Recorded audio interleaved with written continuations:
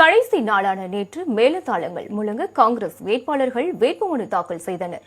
தமிழக சட்டசபை தேர்தலுக்கான வேட்புமனு தாக்கல் கடந்த மார்ச் 30ஆம் தேதி தொடங்கிய நிலையில் நேற்று பிற்பகல் 3 மணியுடன் நிறைவு பெற்றது. அதன்படி 3196 ஆண்கள், 800 பெண்கள், 3ஆம் பாலினத்தவர் ஒருவர் என மொத்தம் 3997 வேட்புமனு தாக்கல் செய்யப்பட்டுள்ளன.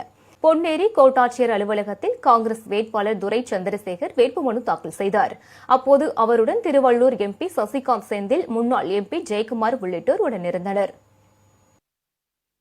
நல்லாட்சி தொடர மக்கள் பெருவாரியாக வாக்களிக்க தயாராக உள்ளார்கள். மதவாத சக்திகளை முறியடிக்க இரட்டை குழி துப்பாக்கிகளாக தலைவர் ராகுல் காந்தி அவர்களும் தலைவர் மு.க. ஸ்டாலின் அவர்களும் மிக தீவிரமாக தமிழகத்திலே நடைபெறுகின்ற அனைத்து இதுகளிலும் முன்னிலை வைக்கிறார்கள். அவர்கள் கனவையும் தொகுதி மக்களுடைய கனவையும் நிச்சயமாக வெற்றி பெற்று வந்து நிறைவேற்றுவேன் என்பது